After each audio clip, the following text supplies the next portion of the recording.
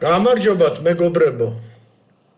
დღეს მინდა რომ გავიმეორო ის ლექცია, რომელიც უკვე მე თქვენთან ათქვამი მაქვს. და ისაც იცით, რომ მე ფაქტიურად ჩემი ლექციების კურსი დავამთავრე. იმ მხრივ, რომ ეხლა ადამიანები უნდა დაждენ და შეისწავლონ ეს საკითხები. ეს ცოდნა თქვენთვის არის მოტანილი. აქ, რასაც მე ვსაუბრობ ლექციაში, ეს ცოდნის მომცემია თქვენთვის. რამე იქიდან თითიდან გამოწვეული კი არ არის. მაგრამ მე რამოდენიმე ლექციის გამეორება მომიწევს ახლა. და ვისაც კარგად გაქვთ მოსმენილი ჩემი ლექციები, თქვენთვის უბრალოდ გამეორება იქნება და გამეორება ცოდნის წყაროა საბოლოოდ, ხო? ის რამდენჯერაც უფრო გაიმეორებ და აკვირდები საკითხებს, ხო? ესე ადვირად ცოდნას თქვენ ვერ შეიძებთ. თუ ერთი და იგივე საკითხს აი სხვადასხვა მხრიდან ისაუბრეთ. აი მაშინ ბეჭდება ცოდნა ცნობიერებაში და იმას უკვე აღარაფერი აღარ წაშლის. რამოდენიმე ლექცია იმიტომ მომიწევს, რომ მიწისქვეშა სამყაროზე მეცნიერების შორისაც გაიმართა დავა. და ახლა მე მივიღე ინფორმაცია იმის შესახებ, რომ აი ბევრმა იქ ყოფმა მეცნიერმა ეს ვერსიები უარყო. და ისტორიად ახლა ამიტომ მე დავანახებ სულ ყველას. რა დონეზე არის ჩვენი მეცნიერებათა აკადემია? იმ წარმომადგენლებზე არ ვსაუბრობ, რაღაც წარმომადგენელი აკადემიები რო არის, რა ის საერთოდ აკადემია კი არა, რა არის, ვერ გავიგე. ქვეყანას პატრონი მართლა რა არის ახლა ესენი რა შუაში ეგენი და რა შუაში აკადემია და აკადემიკოსობა რა. მაგრამ მე სახელმწიფო აკადემიის მიმართ ვისაუბრებ. და მე მინდა გითხრათ, აი სულ ყველა სანამ დავიწყებ საუბარს მათ შესახებ საქართველოში ჯერ ერთი აი განათლების სამინისტროზე საერთოდ ლაპარაკი არ არის და მაგრამ მეცნიერებათა აკადემია, აი ეს ტიტული მეცნიერი, თან აკადემიკოსი რა. ეს ტიტული იცით რა იყო ხალხო? აი ჩემს ახალგაზრდობაში რომ ვსწავლობდი, ეს იყო ადამიანი, უნდა იყო ყოფილიყო რაღაც ბუმბერასი რა. ისთვის არიგებენ ამ აკადემიკოსობას მე მაინც ვერ გავიგე. ეს მეცნიერებათა აკადემიკი არ არის. ეს არის ყრუმუშთა აკადემია. და მომისმინოს ყველამ, რაზეც მე ვისაუბრებ.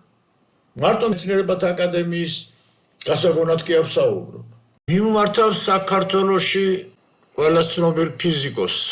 აგრეთვე მიმართავ ეგზოპლანეტების მძებნელებს. მე Facebook-ზე მათი ლექციები მოსმენილი მაქვს. და ეხლა ახალგაზრდებისთვის სასიამოვნო მოსასმენია ხო რომ ცნობიერება დადის გალაქტიკებში, ამით არაფერი არ ფუშტება რა.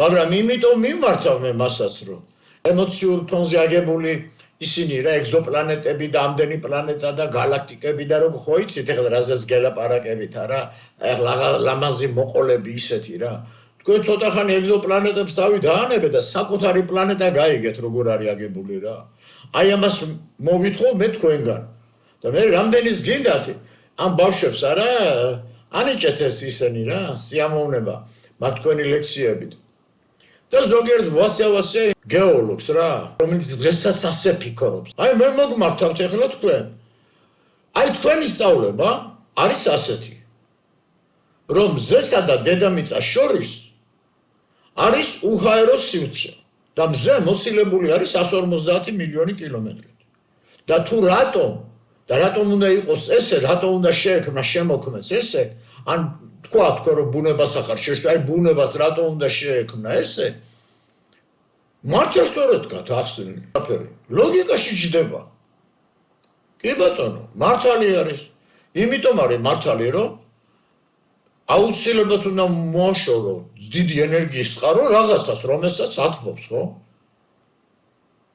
იმიტომ რომ ის გაათმობს კი არ შეიძლება გადასვლას ის, ხო? ამავე დროს არ უნდა იყოს უღაერო სივრცე მზესა და დედამიწას შორის. არ მოხდეს ობიექტზე ენერგიის მიღება სითბოგადაცემით. აი როგორც ფეში რო დავამატებთ ხოლმე, ხო? ფეხები ხო გაუხურდება. იმიტომ რომ ეს მოხდეს სითბოგადაცემით. ფეხსა და ფეშს შორის უღაერო სივრცე რო ყოფილიყო, მაშინ ფეშიდან ჩვენ მივიღებდით ენერგიას გამოსხივებით. და არ ვიცი მე რამდენი ხნის მერე გათმებოდა ეს ოთახი აი წარმოდგენა არ მაქვს რა დიდი ხნის მერე გათმებოდა ეს ოთახი რა აი ამიტომ არის სითბოგადაცემით არ შეიძლება ენერგიის გადატანა ძალიან გვახურებული სხეულიდან. აუცილებლად ჩქარა გადავა ეს ენერგია, დამყარდება წონასწორობა, ტემპერატურა შორის და კაი დღე არ დაადგება რა იმ ობიექტს. აი მაგალითად მზის მაგალითზე ხო რა და დაადგეს წარმოიდგინეთ ვიძახით რომ 5000 და 6000 ტემპერატურაა მზეზე ხო და ის რო ციტმო გადაცემით გადმოსცემოდა დედამიწას აი მე გეუბნებით რამოდენიმე წელიწადში მთლიანად აადუღებდა დედამიწას სიცოცხლე დამთავრდებოდა დედამიწაზე დედამიწის შექმნისთანავე რა ამიტომ ეს ყველაფერი მართალია ლოგიკაშია მაგრამ ამის შემდეგ რასაც თქვენ აგრძელებთ მე უბრალოდ ვიტყვი აი ამას ესე რატომ მიძახით ეს ხო უმარტივესი რამეა რასაც მე ვლაპარაკობ თქვენ რატო იძახით ეგრე რა დღემდე აი დაიჯერებთ ხალხო ნობელის პრემიის ლაურეატს რო შეეკითხა როგორი აგებულობა აქვს დედამიწას არა ეგრევე გეტყვით აი ამ მოდელს ახლა რასაც მე თქვენ გიყვებით და დაგანახებთ კიდევაც სურას აი ამ მოდელს მაგალითად აი ამ მოდელზე დაიწყებს ლაპარაკს რა მაგრამ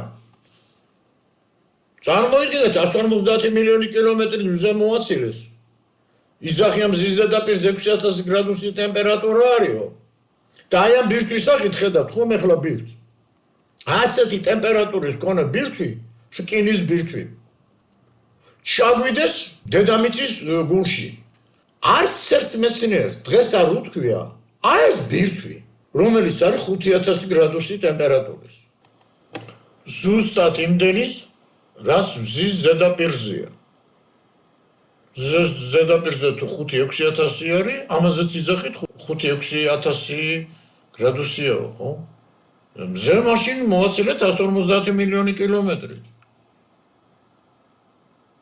ეს კიდე რადიუსი აქვს დედამიწას სულ რაღაც 6000 ხო და პირდაპირ დედამიწის გულში ჩადეთ თან ვაკუუმის შექმნით აქ სად არის რამე ვაკუუმი პირიქით ყველაფერი კაი სიტყვა გამტარია ხო და იძახით იმასაც რომ დედამიწა არისო 4.5 მილიარდი წლისო და მილიარდი წლების განმავლობაში ჯერ ვერ დაადრო ეს პლანეტა კიდე აგრძელებს ახლა იმ დედამიწის ქერქის დნობას გააქვთ ამაზე პასუხი ყველაზე საინტერესო კი ამ საკითხთან დაკავშირებით მაინც რჩება ის საკითხი თუ თვითონ ამ ბირთვს საიდან აქვს ამ ხელა ენერგია რომ შეუძლია გაადნოს წარმოუდგენელი მასის მქონე ბაზალტი რაც გამოსახული გაქვთ თქვენ მანტიის სახით დარწმუნებულად ხელის გულივით გესმით რა სიტყვის რაოდენობა იქნება საჭირო იმისათვის რომ აი ეს მასა გადნეს მაგრის მე მგონი დაფაზეც არ დაეტევა იმ ხელა რაოდენობის ენერგია საჭირო მაგის გასადნობა თან ბაზალტის საიდან აქვს ამ ბირთვს ამ ხელა ენერგია 4-5 მილიარდი წლის განმავლობაში დღესაც აგრძელებს თურმე რა დნობას და არ ცივდება კაცო იყო დრო რამოდენიმე ათეული წლის წინ რომ გზავსი საკითხი დაისვა მზისთვისაც ხო აი საიდან ანათებდა მზე მეცნიერებმა კი არ იცოდნენ სანამ არ გამოჩნდა სახაროვი და მან პირველმა აინშტაინის ფორმულებზე დაყრდნობით თქვა რომ მზეს უნდა მიმდინარეობდეს ბირთვული რეაქცია ანუ მძიმე ატომების დაშლა კი არა მან უწოდა მას თერმობირთვული რეაქცია პირიქით როცა მსუბუქი ელემენტები ერთმანეთს ეხლება და ქმნიან ახალ ელემენტს ამიტომაც არის რომ დღემდე მეცნიერები მიიჩნევენ რომ აი ეს ელემენტები რაც შემდეგ პლანეტებზე არსებობენ სწორედ მზეზე იქმნებოდნენ ანუ ფაქტურად მიიჩნევენ ისე რომ მზე არის ის რეაქტორი ასე ვთქვათ ის ქარხანა სადაც მიდის ახალი ელემენტების სინთეზი აი ესე ჩამოყალიბდა ეს თეორია და მინდა გითხრათ რა რომ ამ თეორიამ მართლა დაამშვიდა იმდროინდელი მეცნიერები ანუ დაზრა კიდევ ახალი საკითხი და წინსწრებით მინდა გითხრათ რომ მიუხედავად იმისა რომ მან ბევრი რაღაცა კარგად ახსენა და დღესაც ასე მიიჩნევენ მეცნიერები და მაგაზეც გვექნება ჩვენ ლაპარაკი არავითარი თერმობირთვული რეაქცია არ მიდის მზეზე აი რომ მიცოდეთ და არავითარი ის ელემენტა მასინთეზირებელი ობიექტი მზე არა და ამაზე ვისაუბრებთ ჩვენ და ერთი მაინტერესებს მე თქვენი პასუხი. Ჩვენ ნუ წავართ ახლა ამბიზეთ რომ არ ავწდეთ ძირითად იმ თემას, რასაც ჩვენ ახლა ვსაუბრობთ. თქვენ თვითონ კიდევ ერთხელ დაფიქრდით. და კიდევ ვიმეორებ რა რამის რა რომ მართლა მიკვირს რა რომ აქამდე ვერ დაფიქრდით ამ ელემენტარულ რაღაცაზე ხახნო. ზედაპირზე იძახით რომ არის 6000 გრადუსი ტემპერატურა. იძახით იმას რომ აუცილებლად უნდა იყოს ზესა და პლანეტებს შორის ვაკუუმი, იმის გამო რომ სითბო გადაცემით არ მოხდეს, გადაცემა სითბოთი რადგან გაანადგურებს ამ შემთხვევაში პლანეტას, მაგრამ მე მაინტერესებს კიდე აი თქვენგან რა პასუხი იქნება, რომ აი ამ ხელა ტემპერატურის მქონე ობიექტს, რაც გააჩნია მზის ზედაპირს, იღებთ და დედამიწის გულში დებთ. და როგორ გამორიცხავთ ამ შემთხვევაში იმას, რომ სითბო გადაცემის შედეგად დღემდე არ არის დამდგარი ეს პლანეტა. ეხლა მე მოკლედ გეტყვით დედამიწის შიდა სტრუქტურის შესახებ. დედამიწაში არავით არ იმგზავსი რამ, რასაც თქვენ გამოსახავთ, არ არსებობს. ამიტომ აი ეს ყველაფერი ამოვიღოთ ეხლა აქედან და გეტყვით, რომ დედამიწას აქვს ასეთი სტრუქტურა, შიდა სტრუქტურას გულისხმობ. ხლა მე თავს ვერ დავდებ იმაზე, რომ აბსოლუტურად ზუსტად ისეთია. იმიტომ რომ კიდე რაღაცები ისეთი წერია, რომ მისი გამოსახვა მე ძალიან გამიჭირდა. ეს არის მისი მიახლოებითი სახე, რომელსაც წყალი არ გაუვა. და ის ბრტყელი მიწა, რომელზედაც ძველი ეგვიპტელები საუბრობდნენ და მეც ვერ გამეგო, რომ ამხელა ცივილიზაციის ადამიანები როგორ ვერ მიხვდნენ, რომ დედამიწა ბრტყელი კი არა, არამედ რგვალია. თუმცა არასდროს მათ არ უთქვიათ, რომ დედამიწა ბრტყელი. ისინი იძახდნენ, ქვეყანა იგი არის ბრტყელიო. ქვეყანას ეძახდნენ რაღაცას. არის ბრტყელი ქვეყანა, თქვენს ხედავთ რა, რომელზეც ორად ყოფს სფეროსებურ პლანეტას, ჩრდილოეთ და ნახევარ სფეროება. და ესაც უნდა იყოს, ხო, დუალიზმი ყველგან და ყველაფერში არის რა. სფეროა ყველაფერი, ატომი, უჯრედი, ის და თვითონ პლანეტების და გალაქტიკების და რა ვიცი რა. მაგრამ ყველაზე საინტერესო თქვენთვის მაინც რჩება მე ვიცი ის საკითხი, რამაც მიგიყვანათ თქვენ იმ აბსურდამდე, რაც დღემდე არსებობს. რა? ეს არის ის, რომ თუ საიდან ამოდიან ვულკანები. აი ვულკანების წარმოშობა საიდან უნდა მოხდეს? გავარვალებული ლავა, რომელიც გავარვალებული გრანიტისა და ბაზალტისაგან შედგება, საიდან ამოიფრქვევა ხოლმე რა? ეს ხო ფაქტია რა. ამავე დროს მე მინდა გითხრათ, რომ აი ეს თეორიები, რომ თითქოს ვულკანების შექმნილი არის მთები, კლდეები და ასე შემდეგ, აი სწორედ თქვენ საწინააღმდეგოთო მუშაობს ეგ თეორიები. თუ ვულკანების ამოფრქვევის შედეგად წარმოიშვა იმხელა მთები, აი რაღაც კავკასია, ანდები და რა ვიცი, გახეთ გამოხედეთ რა ეს ვულკანების ამოფრქვევის შედეგად წარმოიშვა თქვენი აზრით. მე რეიძახით რომ ეს მთები მილიონობით და მილიარდები წლის იქით არისო შექმნილიო, ხო? თქვენ დალოცულობო, თუ ისე ამოხედქა ქერქი და ამხელა ვულკანები იქიდან ამოიფრქვა. ასეული მილიონი წლების წინ და რა ვიცი ახლა ამ რიცხვს მე ვერ მიმახსოვრებ რა სიმართლე გითხრათ რა. და ასე მგონია ხოლმე რომ მაგრა არ ახუნებს მაგაცას. იგი მაშინ რომ ამოუფრქვია, ახლო ყოფილა ხო ქერქთან არა ისი ლავა რა. და იმ შემდეგ ასეული მილიონი წლები გავიდა და ეხლა ისია. რომ არაფერი თითქოს ეს რაღაც არ მესმის რა. მე გეუბნები თქვენ რომ არავით არის ეს მანტია და მაგმა შიგნით ესე და ვულკანების წყარო აი ეს რაც შემოხაზული გაქვთ აი წითლად თქვენ მანტიის სახით და ეს არ არის. ვულკანები იბადებიან დედამიწის ქერქში. დედამიწის ქერქი ვიდრე შეაღწევ ცივ სამყაროში 1000 კილომეტრი. თუ რატომ იბადებიან დედამიწის ქერქში? ამას არ გეტყვით. და როგორ იბადებიან. მაგრამ გეტყვით ერთს მინიშნებას რა. ვულკანი არ არსებობდა პლანეტაზე წარღუნამდე. ვულკანები პლანეტაზე გამოვლიდნენ მხოლოდ წარღვნის შემდეგ. წარღვნა გახდა მიზეზი, რომ დაიწყეს ვულკანებმა წარმოქმნა. და ახლა თქვენ იფიქრეთ. აი რატომ ვიძახი ასე? იმისათვის რომ თქვენ კიდე დაუპირისპირდეთ აი ჩემი ნათქვამ ვერსიას, ესე კი უნდა დაუპირისპირდეთ თქვენთვის რომ UNICEF-ს იქით ლაპარაკობ და ჭორავთ. მე თვითონ გეტყვით რითი უნდა დამიპირისპირდეთ. მე პირადად ჩემნაირი ვერსია რო დაეწერა სხვას პირველი რითიც დაუპირისპირდებოდი ეს იქნებოდა გრავიტაცია. იმიტომ რომ როგორც მე ვისწავლე გრავიტაცია და ისე მესმოდა სანამ ამ წიგნს დავწერდი, მან სიცოცხლე შეუძლებელი. აი მე რო დავხატე ეს სურათი, თუ ეხლა გრავიტაციასაც არ შევცვლი, მაინც არ შეიძლება მან სიცოცხლე იყოს. იმიტომ რომ სოფლიო მიზიდულობის კანონი, ანუ გრავიტაციის კანონი იძახის იმას, რომ რაც უფრო უახლოვდები დედამიწის ცენტრს, წარმოუდგენელი სიდიდით იზრდება გრავიტაცია და ამას ახლა ფორმულებითაც განახებთ რა. ეს იმას ნიშნავს, რომ ცენტრთან მიახლოებისას ადამიანი ფაქტიურად როგორც ფურცელი უნდა ითქეპნებოდეს. და ახლა ნახოთ, არის თუ არა მართალია ეს გრავიტაცია, რაც ნიუტონმა მოგვცა. მე თვითონაც ვერადროს ვერ ვფიქრებდი, თუ ოდესმე დადგებოდა ის დრო, რომ მე ვიტყოდი, რომ ნიუტონის სოფლიო მიზიდულობის კანონი არ ამართებულია. ეგ ერთი. მეორე. არავითარი მასა გრავიტაციულ ველს არ ქმნის.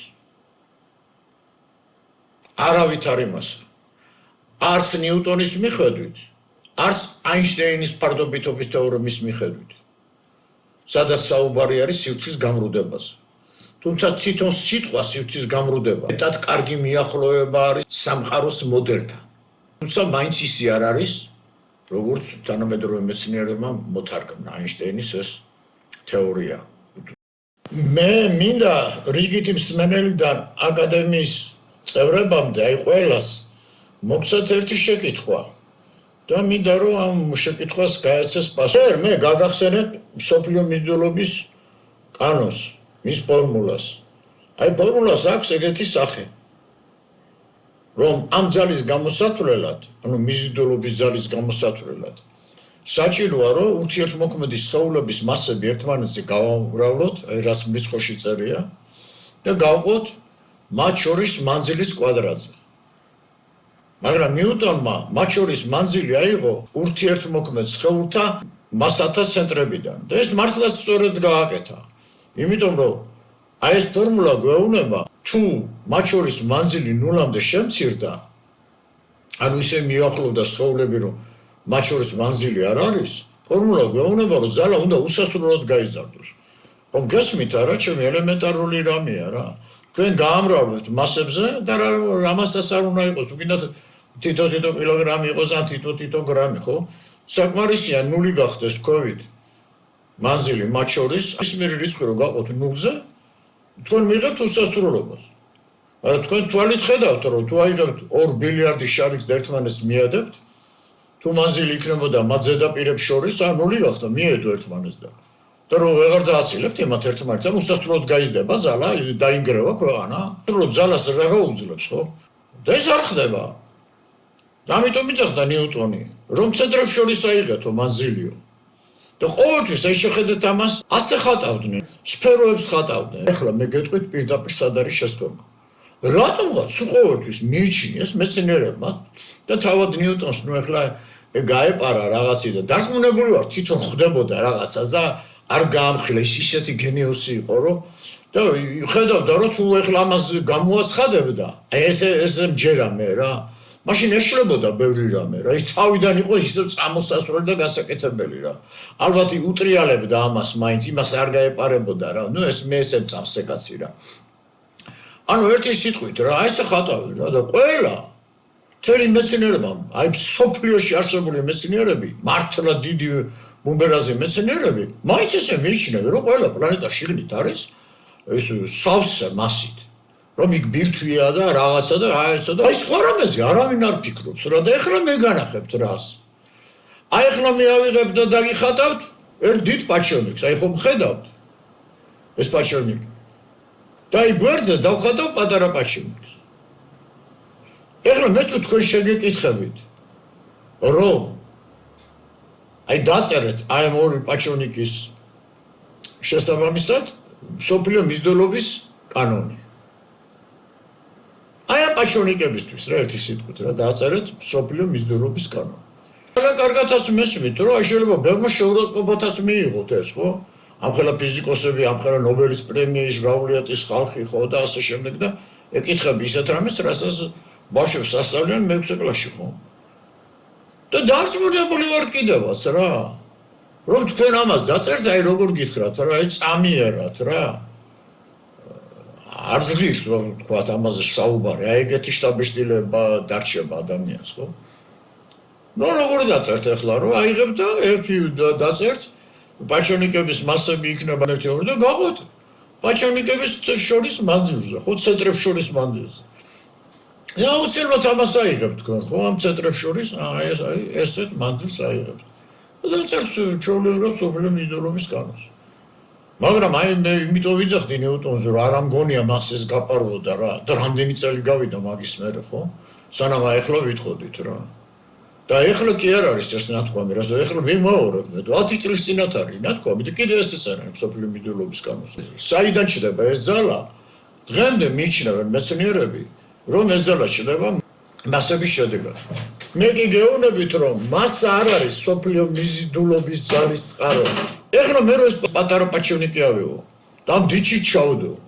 როგორ მე მოვახერხებ ისე ჩავდო რომ ცენტრები ერთმანეთს დაემთხვეს.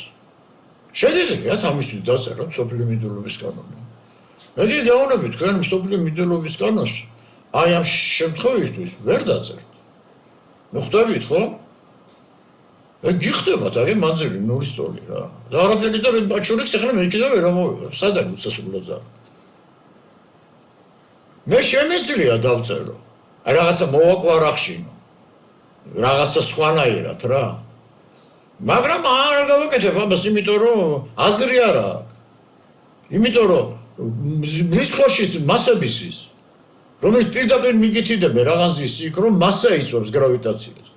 რაღაც დაგიწეროთ მაშინ მე ის ფორმულა რომელიც შეიძლება რაღაცნაირად მოკვარახშინდეს.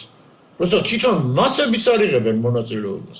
მასის გამო არ იბადება გრავიტაციული ძალა. გრავიტაციულ ძალას სულ სხვა წყარო აქვს. და არავითარი მასაზე არ არის დამოკიდებული. შეცდომა მხოლოდ ერთ რამეშია. იმიტომაც იმუშავა ამდენი ხნის განმავლობაში ამ ფორმულა.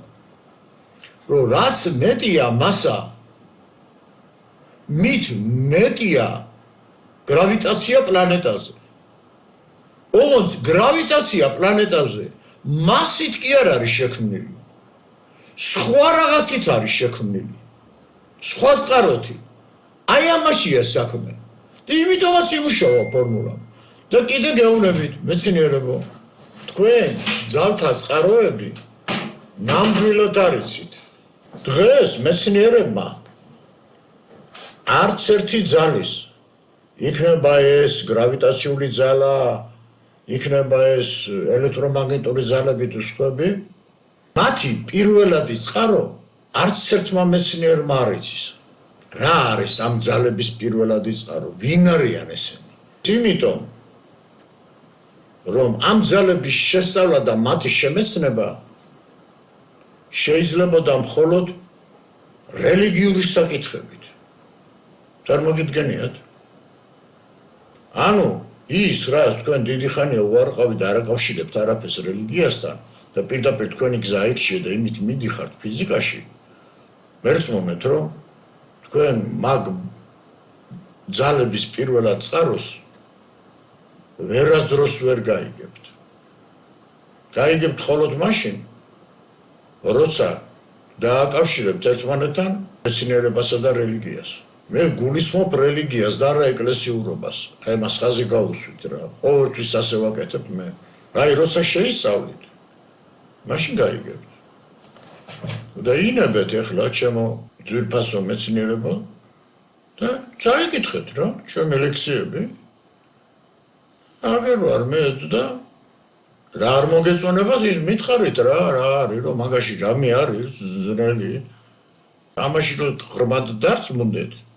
მე მარტო ამ ლექციას არ გავაჩერებ რა. ჯერ კიდევ ბევრ შეკითხვებს დაგისვამთ მე თქვენ. და მაინტერესებს ერთზე მაინც უგასცემთ პასუხს. და ერთხელ და სამუდამოდ დაინახავთ რას ნიშნავს მეცნიერებისა და რელიგიის ერთმანეთისაგან დაცილება.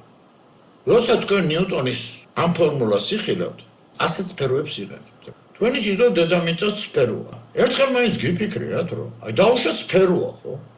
სფერო არის როგორც თლიანად ამოვსებული მასით, ისე შეიძლება სფეროში იყოს სიღრუე. ღრუ, აი როგორც მე მაქვს ახლა გამოსახული თქვენთვის, ხო? რატომ გონიათ, რომ პლანეტა დედამიწა ასეთი არ არის? მე გეტყვით და მაგაზესაც არ გეტყვით ბოლომდე მიგანიშნებ.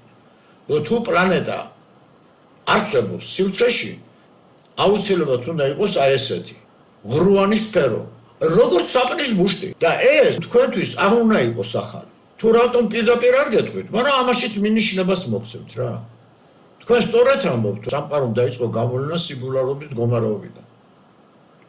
უბრალოდ თქვენ აიღეთ და კარგად დაამუშავეთ ეს სინგულარობის მომენტი. თუ გამოვლენილია რამე სამყაროში, ყველაფერი უნდა გამოვლინდეს სფერული ფორმით. რატო გეუბნებით ახლა ესე? ახლა თქვენი ფიქრით რა. ოდა ჩემო ძვირფასებო, აი ახლა მე გეუბნები თქვენ, რომ დედამიწა არის ყოველ შემთხვევაში გამოვლენების მომენტში იყო აი ესეთი, აი. მართალია გამოვლენების მომენტში რაც მე მაგ დახატული ესეთი არ იყო და იყო აი ესეთი. მაგრამ აი შემდეგ როგორ მიიღო ესეთი სახე დედამიწა, მაგრამ მე ჩემო ძვირფასებო, მაგას 10 წლიანი მუშაობა მომანდობა ისე რომ თავი არ ამიწევი. თქვენ 2 საათში გინდათ ყველაფერი გაიგოთ, დაბზანდით ახლა და თქვენი მუშაობი და იფიქრეთ. თქვენ იმასაც კი არ აკეთებთ, რომ სხვისი ნათქვამი გადაამოწმოთ. თქვენ თვითონ რისი აღმომჩენები უნდა იყოთ, ერთი მაინტერესებს რა. და აი ახლა მე რო ავიღო სიღრუის მქონე პლანეტა და ზევიდან დავდო რაიმე ქვა, მე არ მოგთხოვთ მაგაზე რომ დამიწეროთ სოფლიო მიზიდულობის კანონი. ანუ ვიცი რომ 5 წუთში დაწერთ რა. მაგრამ აბა ახლა ამაზე გამეცით პასუხი. ხო არ ვავიღო აი ამ შიგნიდან დავდო. დაიდება? ან ეს ქვა დედამიწის ცენტრისკენ გადმოგორდება? ამ შემთხვევისათვისაც დაწერეთ ნიუტონის კანონი და მომწერეთ კომენტარებში. მე კომენტარებს არასდროს არ ვთიშავ. აბა დროებით ველოდებით თქვენ პასუხს.